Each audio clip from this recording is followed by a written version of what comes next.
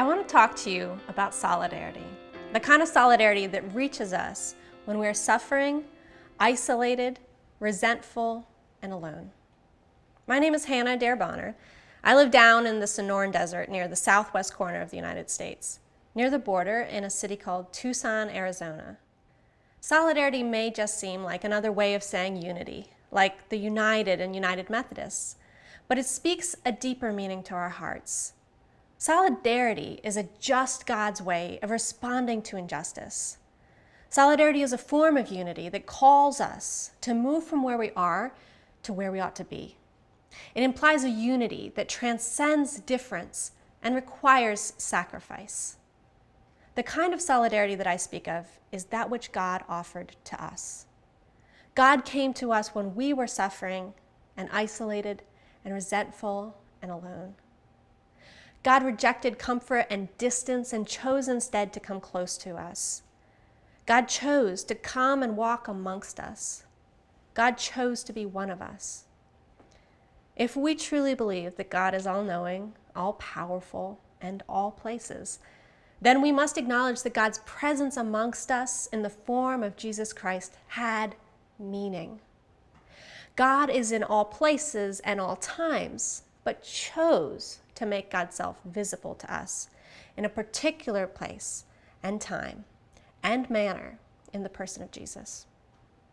There is a heaviness to the reality that God chose to be present in the form of a body that was called criminal, that was called heretic, that was called illegal. God came into the most hurting places of our world and fully inhabited them in order to show us that what God has not avoided, we must not reject. Throughout our scriptures, God is never subtle about where we ought to be, where we ought to stand, and who we ought to hear.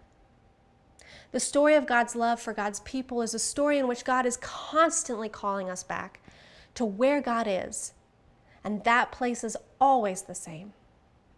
God is always standing with the oppressed, the poor, the immigrant, the widow, the orphan, the judged, and the rejected. We, however, have a tendency to get too comfortable with the things that the world offers to us.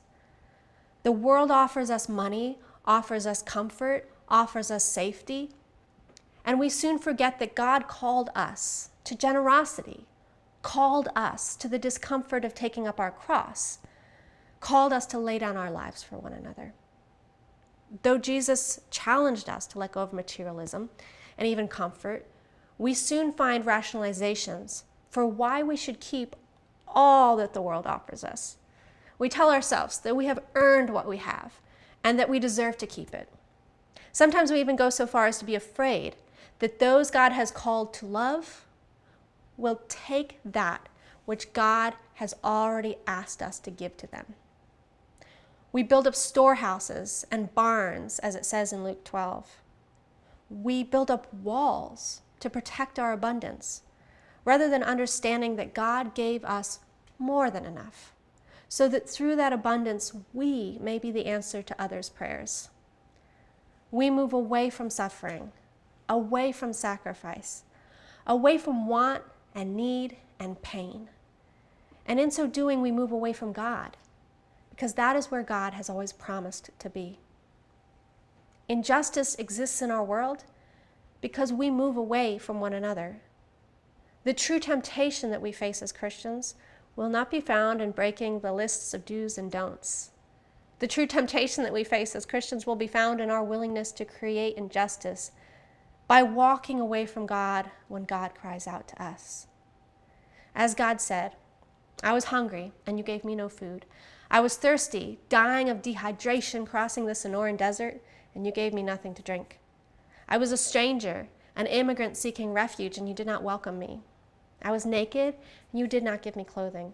Sick and in prison, in immigration detention, and you did not visit me. Truly, I tell you, just as you did not do it to one of the least of these, you did not do it to me." Injustice exists because we have created it.